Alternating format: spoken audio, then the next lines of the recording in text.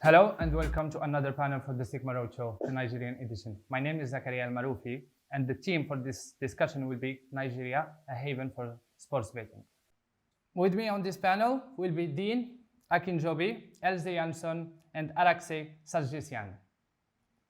We have a lot to cover, so let's go straight into it. Let's start with Dean. Dean, so sports betting tends to have a significant place within the gaming market. What role does it play in the overall indicator of gaming activity in Nigeria? Yes, I mean, sports betting in Nigeria plays a huge role. I mean, if you just look at the amount of sports betting companies that are actively in Nigeria from a domestic level, and also the amount of international companies that are moving into the market, signifying the actual role that it plays within the country, the nation is actually full of people that are obsessed with football. So a huge football audience, hundreds of millions of fans of Premier League football. So naturally, there's a huge synergy there.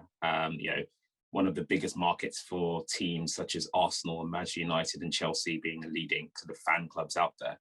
And combine this with the passionate young engaged audience that are keen and passionate about their teams and want to be engaged with their teams. Sports betting is a natural synergy. So when people are watching games on the weekend, naturally there's a huge interest in who's going to win, who's going to be the top scorer, and so on and so forth. So it's a cultural aspect that is being integrated into in Nigeria, because historically, online betting, it wasn't a huge opportunity for the country. But as things have progressed and land-based betting and online has moved into it more of a stronger sphere, we're seeing an explosion just in line with the population growth and the interest in football and other sports, but in particular football. So sports betting as a whole in the region, it's pretty much one of the number one kind of entertainment sources as well. As long as alongside the other sources that we have in the country essentially. Yes, I absolutely can support Dean on this. What we see, whilst in many countries and many regions, we can see casino taking over, in particular in online space.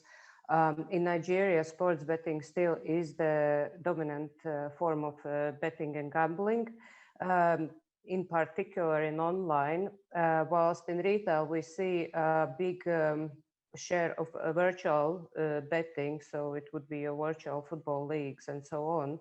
However, sports betting still will be the traffic driver, still will be the peak hours of activity and interest when people tend to visit betting shop and place their bets and then stick around to maybe play a bit more virtuals. And certainly when we talk about sports betting, we really are talking about football. Football betting would be about 90%, if not more, of betting activity that we see coming from Nigeria. Cool. So, Alexei, do you have something to say about? Yes, sure. Indeed, football plays a huge role in the Nigerian market. But also what I wanted to mention is that the Nigerian player is very particular about what they want to bet on. That's why if you want to enter the Nigerian market, if you want to be very competitive in this market, in this case, your line, your market should be very, very specific for Nigeria, because the players want to see more positions to bet on. So it's not only the winner of the match, but also a huge explanation of totals, of handicaps, of everything, because the Nigerian players, they like seeing more options for themselves. So what I wanted to ask is, are there any operating obstacles that are unique to Nigeria? For example, Dean? I would say when you say operating obstacles, I mean, you've got, whether you're an online player or whether you're a domestic, land-based market player, there's always going to be operational obstacles with regards to, if you're looking at connectivity from if you had a streaming product, latency issues just around connectivity and mobile connectivity. Other obstacles you may face is just within the land-based aspect as well. Having a position as a land-based player is an interesting area, but majority of people are now coming in the online space because you have to know and understand the cultural aspects of using agents. That's the way you're actually going to get a lot of leverage. Other obstacles is working with marketing channels as well, utilizing the best performing type marketing channels and aligning your brand with the culture, localizing as well. So ensuring that the obstacles you could face from if you were entering the market as a European brand entering Nigeria, I think the obstacles people face is that you're sometimes trying to communicate with an audience as if you are communicating with an audience from Europe, but really you have to understand that you're talking to a Nigerian audience. And also sometimes you can create your own obstacles by assuming that you can communicate in the way you would communicate with an audience in Europe or Africa as a whole. So, if you look at the amount of countries in Africa, Nigeria is one of the most populous countries. But sometimes when brands have a Pan-African strategy, they look at Africa, but then look at the amount of languages are spoken in Nigeria. There's over 500 different localized languages. So you've got to bear that into mind as well. So there's many different obstacles that are there, from an operational standpoint, from a marketing standpoint, but working with the right type of brands and agencies can always give you that added benefit or that localized knowledge to help you, overcome those obstacles. Absolutely. I would like to add to what Dean says is the aspect of product. So it's extremely important to localize product towards Nigerian punter. One size fits all does not apply and doesn't work. So what would be successful, for example, in Europe, not necessarily will work equally well in Nigeria.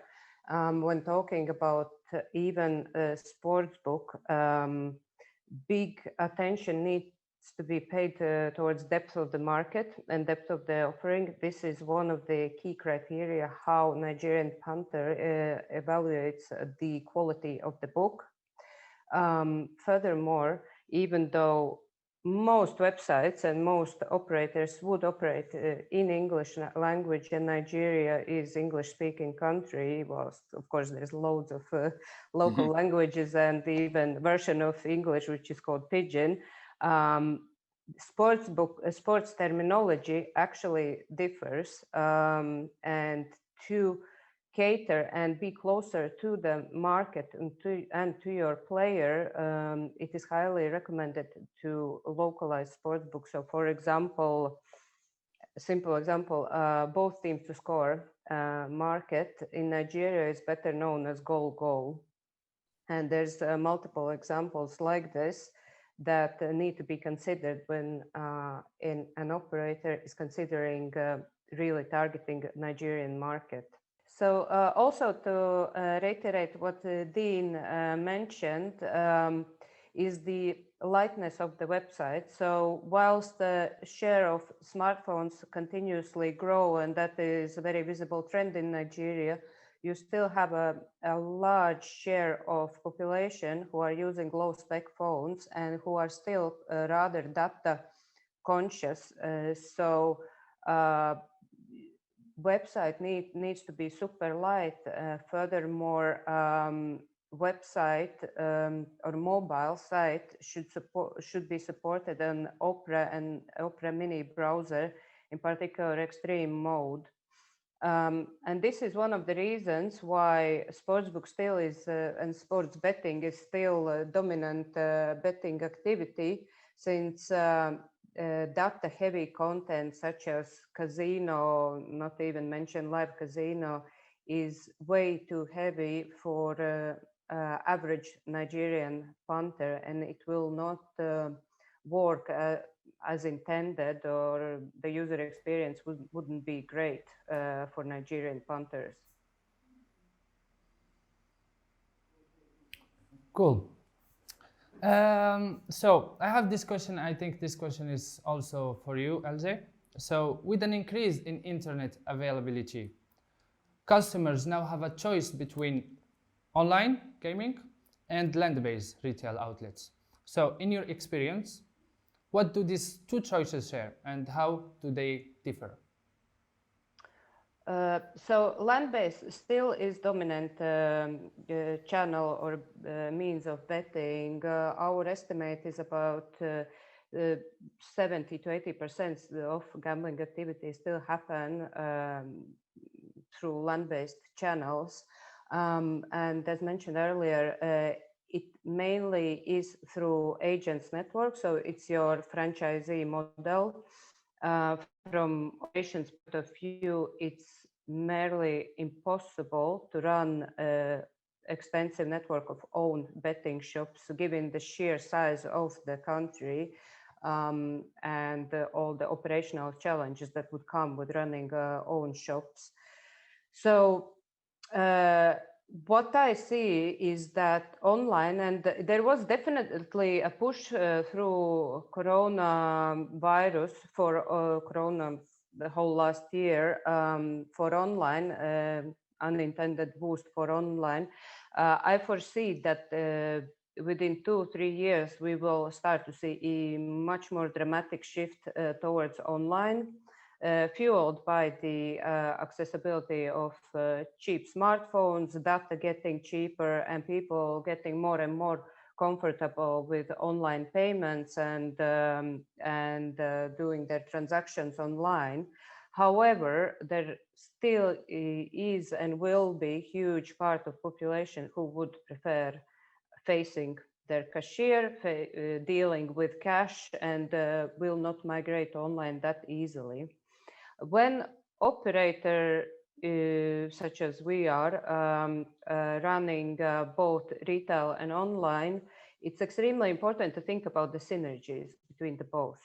So things that can be done is that your agent acts as online affiliate, so there's certainly incentives for them to move players online. They use network of agent shops as a means of depositing to your online account. So it is an interest to have kind of to work with your punters across the board. Yes, so with retail, the difference in terms of products and betting behavior is that still largest betting product is virtuals. For pure reason, it's quick betting cycles, quick gratification. So within 4 to 5 minutes, your bet is settled, won or lost. Whilst, of course, with sports, you need to wait for the match outcome. So it's quite remarkable how much significance Nigerian punters place on virtuals, in particular in retail. And well, I think Alex, that yes, as the provider of virtual games, you know that at DS Virtual Gaming, we work on virtual games, and this is our main product. I would love to speak a little bit about virtual games, especially in Nigeria. And of course, in the betting shops. We need to understand in reality what betting shop is. It's not just a place to make a bet, it's a culture in all the countries. It's a place where you go to meet your friends. It's a place where you go to communicate with people. It's a place where you go to deal face to face with your cashier. It's I know many cases when players became friends to cashiers, cashiers became friends to players, and this is very common. In Nigeria, this is a huge culture too. So it's not just to go and make bet, it's also to have this atmosphere around the betting process. What refers to the virtual games in the betting shops, our biggest part of all bets come from the land-based operation. And online operation is not that active. Land-based has always been the main market for the main segments, for virtual games in each country. As Ilse said, this is a very important product for betting shops because first of all, it's very fast. Secondly, you don't need to think a lot about the positions because you're given certain positions and this is very, very simple. And third, it's fun. It's entertaining. So people go for virtual games, and from our experience, we can say that the most betted product is racing dogs. So people mostly bet on racing dogs and racing horses. This is from our experience. I think that in the future, we won't have too many changes because the culture of betting in the betting shops will be still very active for many, many countries, including Nigeria. Yeah, I'd just like to add, I think there's definitely some good points there, especially about the cultural aspect as well. Naturally, land-based activity is seen as a, as a form of entertainment and gathering. So obviously, that's why you see such a huge, influx of bets and people within the virtual space because it's a form of entertainment. What I would say as well with regards to online is that if you just look at mobile penetration in Nigeria, it's pretty much near 100%. And the fact of the matter is, people and the payment systems are there. They're very well advanced much more even advanced than Europe because the fact that people rely on these payment mechanisms as a utility, there is going to be even much more of a bigger explosion on online, in particular around mobile, as the population grows and more and more connectivity.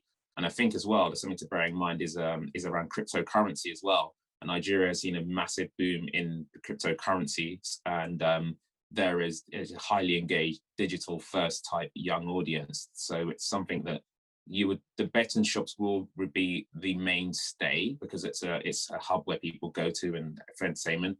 But due to the fact that we've got such huge mobile penetration, strong payment systems, and if you just look at the growth in digital and cryptocurrency, we're going to see more and more of an online aspect and mobile first type offerings. And I think that combining that with social, whether that's virtual games, whether that's WhatsApp type groups, and I think that is the angle that brands in the betting space can actually benefit from in Nigeria, from combining the social and the actual digital audience together, and you're almost replicating that betting shop type experience. What I wanted to ask is, what special characteristics stick out in the region? Does the localization play like a big role in it? Maybe Dean, you can answer this. Yeah, sure. I mean, the special characteristics that stick out in the region is, I think you covered some of it as well. Just the propensity to bet. So the breadth of choice that the Nigerian betting customer likes to see. So it's really quite unique, having that real depth of choice. It's almost like if you're looking at an accumulator type system, maybe you're not going to see huge amounts of deposits initially, but what they look at is almost like a lottery type. So you will find a huge volume of small deposits because naturally people are betting on so many different types of markets. But ultimately, if they're having the opportunity to win a jackpot type, windfall, and if it can be alongside something that they are very passionate about, such as sports betting and football, that's one of the unique propensities that we actually see in the market. And obviously, localization, localized offerings, being unique and engaged with that audience, the way they talk, the teams they're into, just really being highly engaged, because that's what, in Nigeria, our audience was really into ensuring that we are locally engaged with the betting companies that we're working with. Yeah, absolutely. Nigeria is numbers game, so your average bet will be very small in comparison to by any European measures. But we're looking at the sheer size of the population and people who enjoy betting. So you're looking at the volumes business. And certainly what we see is that people love what you call jackpots, right?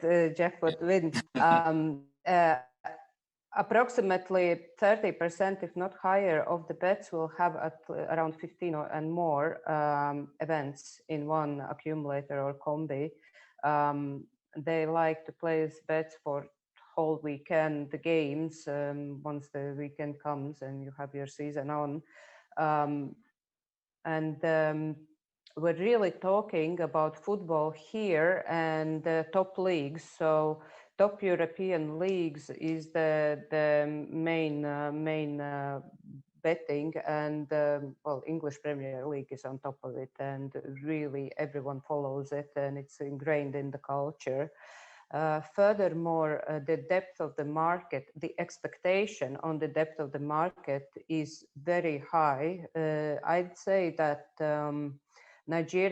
average Nigerian bettor is quite educated and quite well versed in different types of betting markets and sub-markets, and they would expect that you have your bet builder type of markets available, different kind of combination bets, and if you do not have those, you probably will struggle as an operator to compete with the key brands. The market standard or kind of expectation from what a bookmaker should look like has been set by a few market leaders, and it seems that people are not easily accepting something different. So there is quite ingrained perception of how sportsbook and betting should work like, and if it's something else, it's not easily or quickly adopted in the market. Well, thank you so much. Unfortunately, we've run out of time. Thank you so much for your perspective. Thank you for our viewers, and up to the next panel.